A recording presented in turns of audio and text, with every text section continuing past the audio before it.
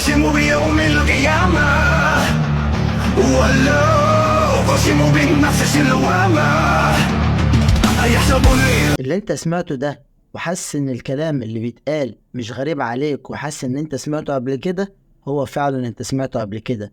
لان الناس دي بتستخدم اسلوب رخيص واسلوب سيء وبيسيء للدين الاسلامي، وما ينفعش نسكت عليه ابدا.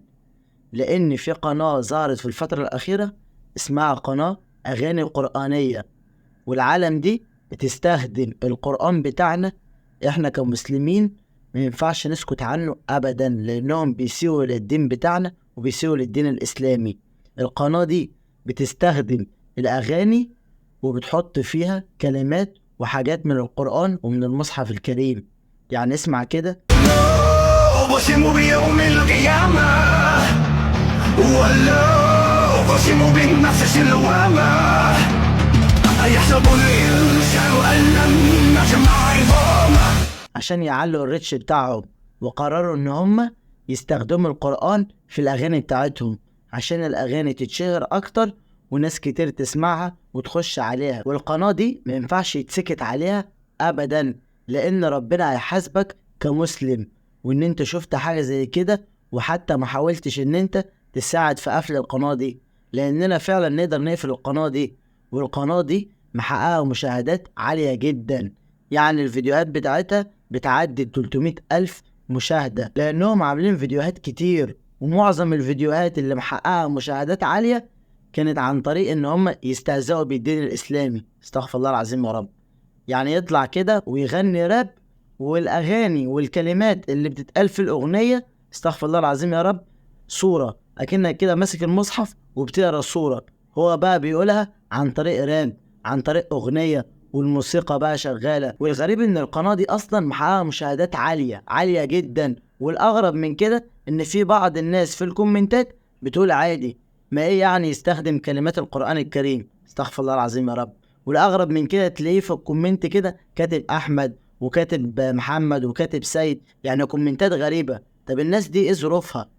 ازاي يعني ازاي القرآن بتاعك بيستخدموه في اغاني راب وبيستخدموه على اغاني وموسيقى وكل الكلام ده؟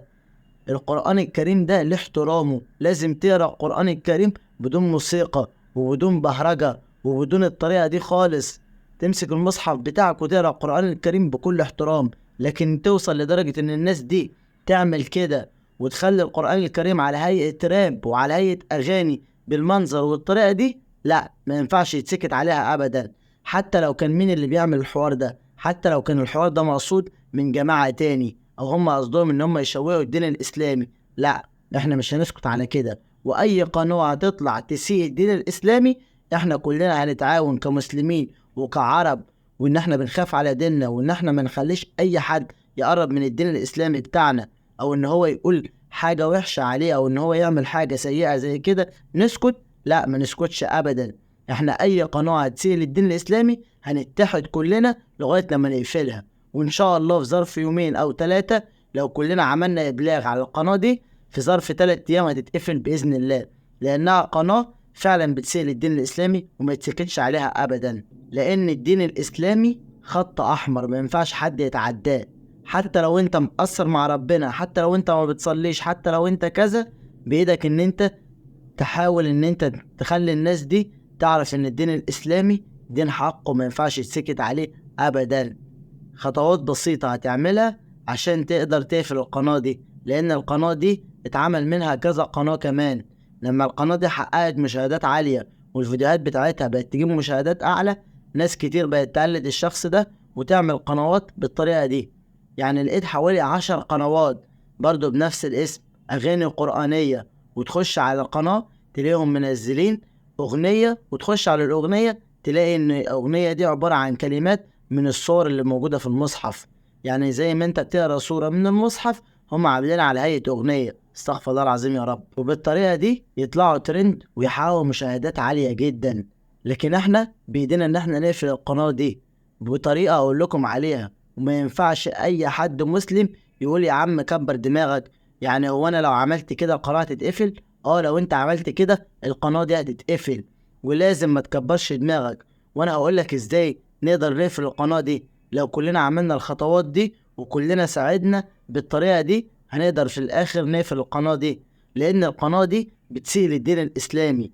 إيه يا عم، أنت شايف إن دينك بيتعامل بالطريقة دي وحاطينه في أغاني وحاطينه في راب وبطريقة أكنها أغنية وأنت ساكت؟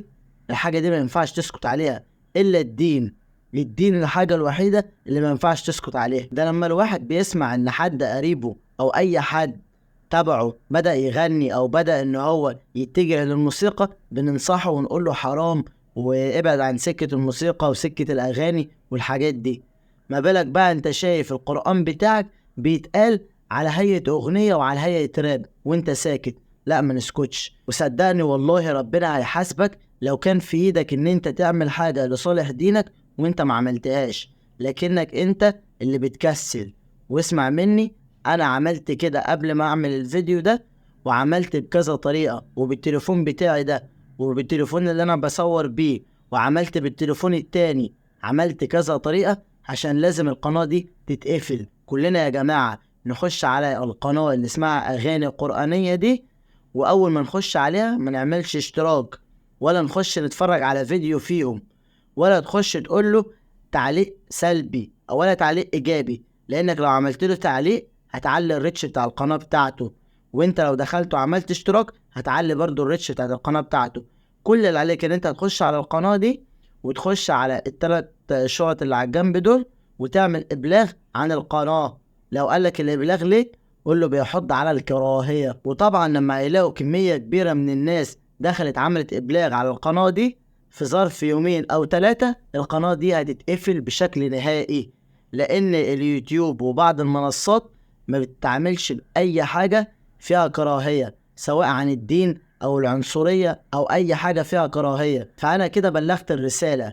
انت بقى مهمتك ان انت تدخل وتدور على القناة دي، واي قناة فيها اغاني او راب وجواها كلمات قرآنية اكنهم بيقروا قرآن بس عن طريق اغنية او راب وانت سكت على كده، ربنا هيحاسبك. لانك مش هتخسر حاجة، هتمسك تليفونك تخش على القناة تدوس ابلاغ وخلص الموضوع. كثرة الابلاغات عن القنوات دي هتتقفل على طول، مفيش مفر. بس لازم كلنا نتحد ونعمل ابلاغ عن القنوات دي، واي قناة قابلها بتسيء للدين الاسلامي او اي محتوى او اي شخص بيسيء للدين الاسلامي، انت لو في اي فرصة تقدر تعملها اعملها، لان اي حد يسيء للدين الاسلامي لا، خط احمر. حتى لو انت ما بتصليش، حتى لو انت بعيد عن ربنا، لا، شفت اي حد بيسيء للدين الاسلامي لازم تتخذ موقف وتتخذ اجراء، لان الدين خط احمر، ما ينفعش تسيء لاي دين، سواء الدين الاسلامي الدين المسيحي، كل واحد وليه دينه، ما ينفعش تسيء لاي دين. يا ريت كلنا ننشر الفيديو ده ونعمل عليه لايكات عشان الفيديو ده يوصل لناس كتير، عشان فعلا الموضوع ده لا يستهان به نهائي، لان الدين خط احمر، واي حد يجي على الدين الاسلامي لازم نوقفه عند حده.